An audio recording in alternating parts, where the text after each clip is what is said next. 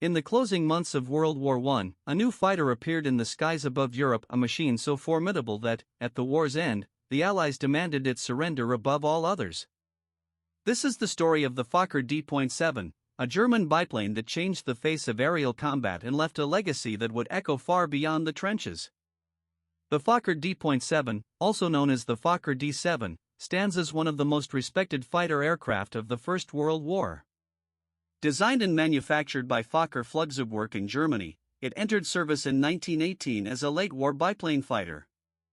Its primary role was air superiority, securing control of the skies for German forces. Though its frontline service was brief, the D.VII's reputation grew rapidly, earning the respect of friend and foe alike for its exceptional performance and innovative design. The genesis of the Fokker D.VII began in late 1917, as the German military sought to counter the latest Allied fighters. Anthony Fokker, a Dutch aviation pioneer, collaborated with Reinhold Platz, his chief designer, to produce a prototype for the German fighter competition at Adlershof in January 1918. The result was a biplane that combined a welded steel tube fuselage with wooden and fabric-covered wings, a significant departure from the all-wooden structures common at the time. The prototype, initially designated the V.11, impressed German ace Manfred von Richthofen, the Red Baron, who praised its handling and urged rapid production. The aircraft was quickly refined and entered service as the Fokker D.VII, with production contracts awarded not only to Fokker but also to Albatros and OAW to meet urgent demand. The D.VII's development marked a turning point, as it incorporated lessons learned from years of intense aerial combat, focusing on maneuverability, pilot safety, and ease of control. The Fokker D.VII's design set it apart from its contemporaries. Its fuselage was constructed from welded steel tubing, providing both strength and resilience, while its wings were built from wood and covered in fabric, keeping the aircraft light yet robust. The D.VII typically featured a Mercedes D.3A inline six-cylinder engine, though some later variants used the more powerful BMW 3A engine. This powerplant enabled a top speed of around 189 km per hour, or 117 miles per hour, and gave the D.VII an impressive climb rate for its era. The aircraft's wings were of equal span and chord, with a thick airfoil that provided excellent lift and forgiving stall characteristics.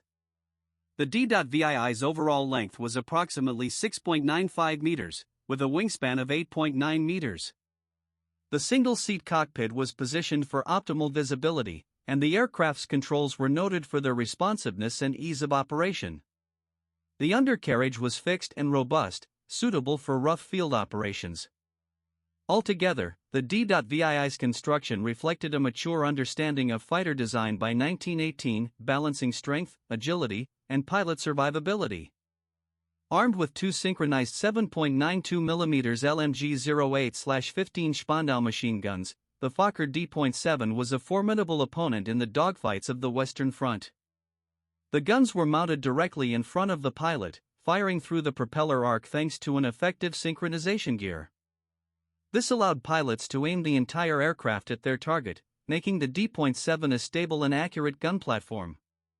The aircraft's robust structure and powerful engine enabled aggressive maneuvers, steep climbs, and rapid dives, giving pilots the confidence to engage and disengage at will.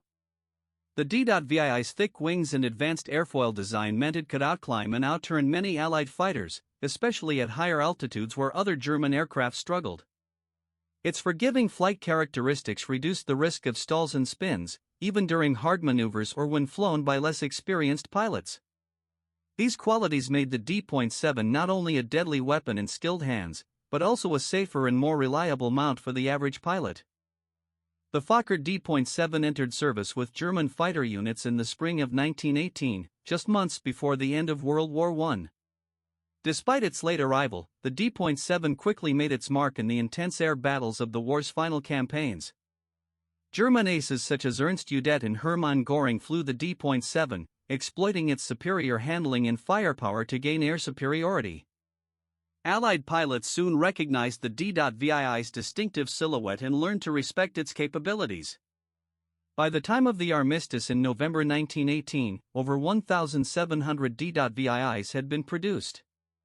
The Treaty of Versailles specifically demanded the surrender of all D.VIIs, a testament to its feared reputation. After the war, some D.VIIs were operated by air forces in countries such as Switzerland, the Netherlands, Hungary, and Poland, often serving in limited roles due to the rapid pace of aviation development. In Germany, the D.VII was retired from frontline service, as military aviation was severely restricted by the peace terms.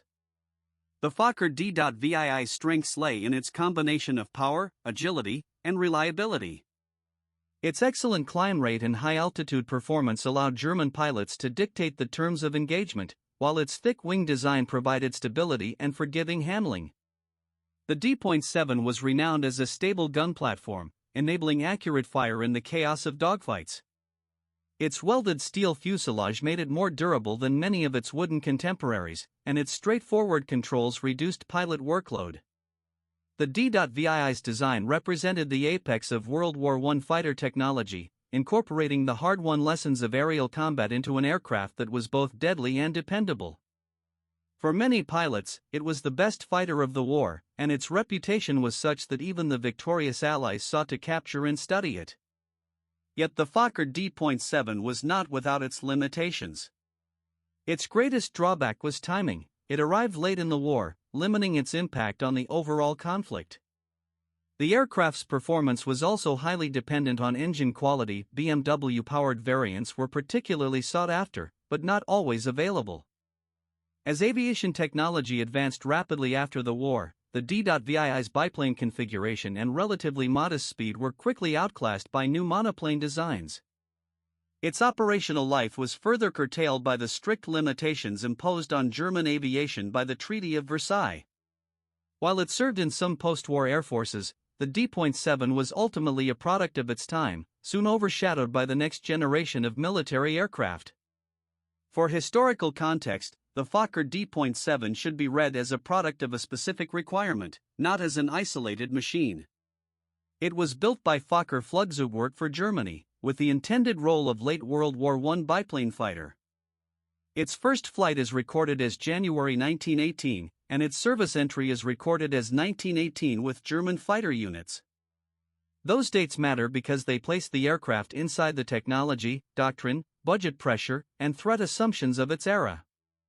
The technical story also depends on how the airframe connected structure, propulsion, systems, and crew workload. Key recorded details include crew, one pilot, engine, inline piston engine depending on variant, structure, welded steel tube fuselage with wood and fabric wings, weapons, 2 synchronized machine guns, mission, air superiority and fighter patrol. In practical terms, an aircraft is never just an engine or a wing. Range, speed, radar, sensors, targeting equipment, weapons, avionics, fuel capacity, maintenance access, and mission planning all decide whether the design can do useful work repeatedly. The operational record of the Fokker D.VII is tied to World War I. Those examples show how the aircraft performed away from brochures and test figures. Combat service, patrol work, reconnaissance, training, deterrence, and deployment tempo all reveal different truths. A design that looks strong on paper still depends on crews, spare parts, weather, basing, intelligence, rules of engagement, and the ability to return for another sortie. The main strength of the Fokker D.VII was excellent climb and high-altitude handling for its time. Stable gun platform marked a mature endpoint of World War I fighter design. That strength did not mean perfection. It meant the aircraft gave commanders a useful answer to a real problem. The best way to judge it is to ask what mission it made easier, what earlier limitation it solved, and whether operators kept trusting it after the first years of service. The Fokker D.VII endures as a symbol of innovation and excellence in military aviation. Its influence shaped the design of future fighters, and its legacy is preserved in museums and flying replicas around the world. Though its time in combat was brief, the D.VI's impact was profound, marking the end of an era and the dawn of modern aerial warfare.